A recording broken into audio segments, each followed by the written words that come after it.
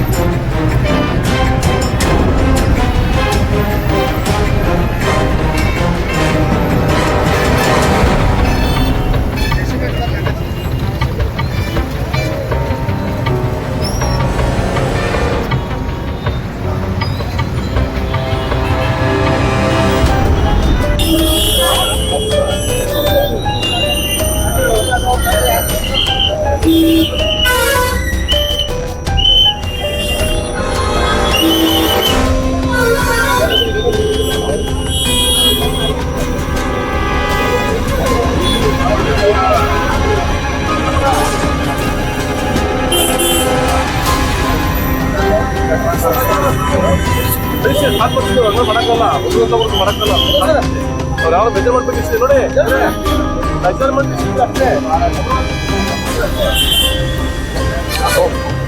ಸಾಯಂಕಾಲ ಕೆಲಸ ಮಾಡ್ಬೇಕು.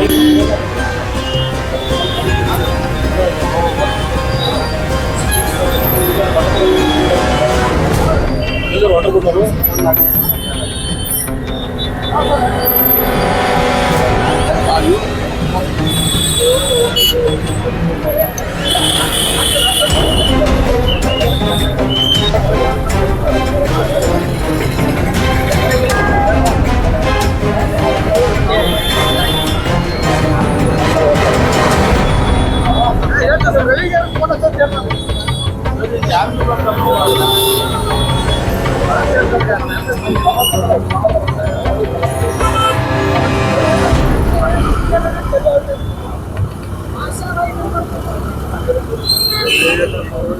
ನಿರಂತರ ಸುದ್ದಿಗಾಗಿ ನೋಡ್ತಾ ಇರಿ ನ್ಯೂಸ್ 11 ಕರ್ನಾಟಕ.